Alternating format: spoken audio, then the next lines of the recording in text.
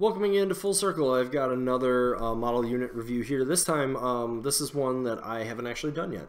There's only a couple left, so I wanted to go over this one. It's not one I've gotten a lot of play with, but I still want to review it, at least so that I get it out there once, and then we'll revisit if I play it some more or some changes happen to it. So, anyways, this is the Stoneward and Woldstalkers unit. So this is a circle unit.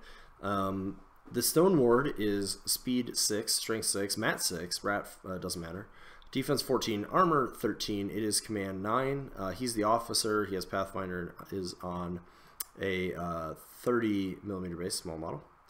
He has a range 2, power and strength 10, damage type magical weapon called a Volge, like many of the druids have. And then the grunts are Woldstalker grunts. They are also speed 6. They are rat 6, defense 12, armor 15. They are constructs with gunfighter, pathfinder, and are small bases as well.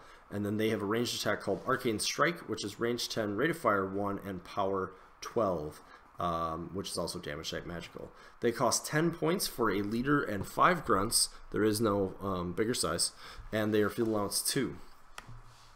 The black-clad, the Stoneward, sorry, is a black-clad, so he counts as a black-clad model for any, anything that the typing matters for there. Important to note, this is not a black-clad unit, which is sort of a really awkward position for it to be in. But he is a black-clad model. This is not a black-clad unit, so just to clarify that. He has magic ability. It doesn't have a number because neither of these are offensive abilities. First is a star action called Concentrated Fire. This activation, models in this unit gain a +1 cumulative bonus to ranged damage rolls for each other model in this unit that has hit an enemy with a ranged attack this activation. And the second ability is Zephyr, which is also a star action or special action. Models in this unit can immediately advance up to 3 inches. The Stoneward has self-sacrifice, so if it becomes disabled by an enemy attack, you can choose a non-disabled model in the unit within 3 inches of the model to be destroyed, and this model removes a damage point. And then that's the special abilities. So, this is a unit we actually sort of I'm gonna just go through a little bit of history with it, especially because, like I said, I haven't really played a lot of it in Mark III. I may not have played it at all. But so let me go through some history for it. So in Mark II, when it released, or maybe right before that, I think it released in Mark I actually, and I didn't play Mark I. So beginning in Mark II, and in Mark I, as I understand it, it was a unit that just really was not received with any sort of positivity, basically. Nobody felt like it had a purpose. People basically played blood trackers. When in any case that they would have played those, they would or they would play. I think in Mark I, Reeves saw some play. Mark II happened. Blood trackers continue to be a go-to. Druids were a go-to as well. Those were sort of the infantry choices. You didn't really see a whole lot of these guys. And then the first place they really started to see a lot of play was as the unit choice with Chromac 1, after a lot of testing by now Privateer Press employee Will Pagani. And the reason being that they are actually decently flexible about what they can do, right? Rat 6 is not fantastic, but with Zephyr, a lot of times they can aim and still have effectively like 13-inch guns, because you could Zephyr them. They could forfeit their movement to aim. The Druid, the Stoneward would cast Zephyr. You'd move 3 inches, but you already have your aiming bonus. It's not an advance or anything like that, or it's not their normal movement, so they sacrifice their normal movement to get that. So you could do that. That made them flexible in their accuracy because they made them rat 8 a lot of the times. And a power 12 gun is actually sort of a significant landmark to get over. You didn't have to worry about prey. And most importantly, with range 10 guns, he was playing them first a lot with Chromac 1.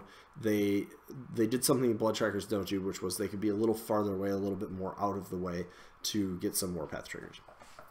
And the other side of things they did where they were flexible is A, sometimes it's good to have a unit that isn't living, and B, the concentrated fire rule that I mentioned is pretty good at if you have something that needs a little bit of extra damage put on it to make sure that the math works for your heavy to be able to kill it.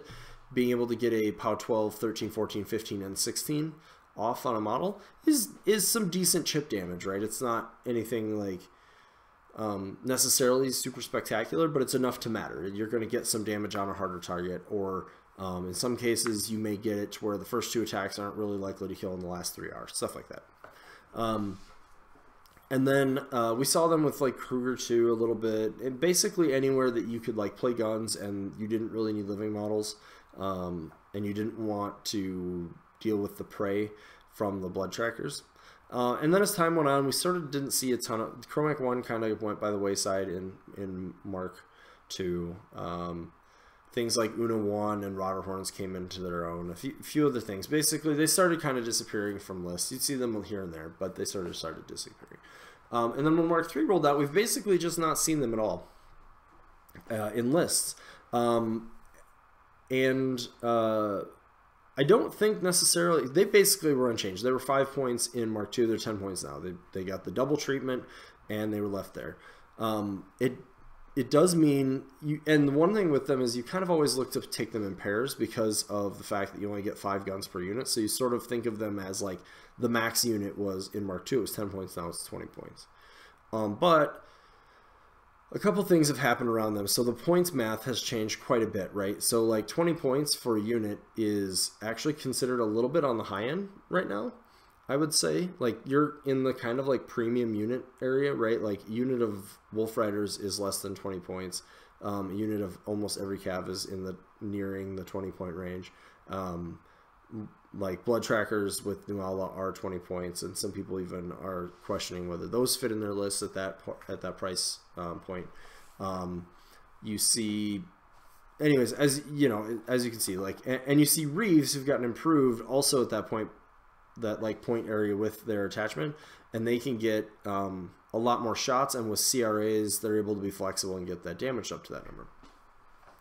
The next thing is, right now, the only theme force that includes them is Bones of Orboros. So in Bones of Orboros, unit-wise, you have them, and you have Shifting Stones, of course, but you have like them and the Sentry Stones. And funny enough, in Mark II, if I had said Sentry Stones outside of playing Bradigus, which was a totally different ball of wax, you would have told me you're crazy. Like play the Woldstalkers. Now it's sort of the opposite, and part of that has to do with the changes to the Sentry Stone, and part of that has to do with the fact that they can boost, and part of it also just has to do with the fact that they are a very cheap unit that can achieve very similar results. Also with the changes to the Wold, with the Wold Weird, it is also getting similar placed, right? So it's rate of fire 3, it's range 10, it's power 12, but it can boost and has purgation. So for 9 points, you're getting those 3 shots on a War Beast with more boosts and things like that, rather than bringing this unit. So that's kind of why I think we have seen out of it what we've seen out of it. Right now, I would say I think it will do okay if you put it in a list, right? I think this is unfortunately a unit right now that's suffering a little bit from opportunity cost problems, where it's just like, it's okay, right? Rat 6, range 10, pow 12, 5 shots, with some additional flexibility. Like all of their rules are really pretty decent, but it's the amount of points you're paying to get them, and the fact that they don't have they are like sort of a standalone thing, but they don't for that point cost, you're not like bringing some additional utility or anything like that either, right? They're basically a pretty stock standard shooting unit. And the Fulcrum also is point changes here sort of apply, because it's competing in all the themes, the same themes as well. So I don't really know where its role sits right now. For most people, the role is like, it kind of doesn't get talked about, and it kind of just doesn't get played. I think that's a little unfortunate. I felt like it was a pretty good unit. I think it's a really interesting and unique unit in how it approaches. I don't want to get really deep into wish listing with it, but I do. Part of the reason I want to do this episode is so we can go back, hopefully at some point when they get some attention, and say like, okay, well, the first video I did, this was the state they were in, this is how they were being played, and now with these changes, here's where we are. To a degree, they could just get cheaper, I think, and they would be, and then we could start really considering them in a different light. Maybe somewhere in the 7-8 point range for a unit. I think much more than that, and you're not really going to achieve their goals. I always think it would be pretty neat to see if they could get synergies with, because they're only in bones right now. So two things I would like to see considered. I really think that it would be great if, since it's already a pretty light theme force, if they were considered a black-clad unit and could go into Secret Masters. If they don't, it's fine, but I think that would be one nice change to make.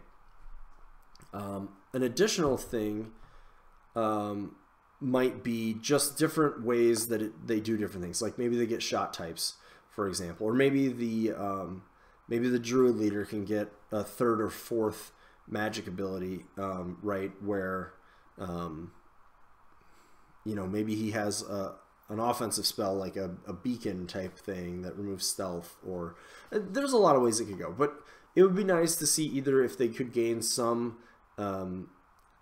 either some way to be a more compelling choice against some of the other pieces that it is competing against in the faction, so that there's times when you might choose it, right? Like in the theme it's in, it's kind of, because you're not going to want to take a lot of infantry, and it's competing against shifting stones, and it's competing against sentry stones, and it's competing against minion options.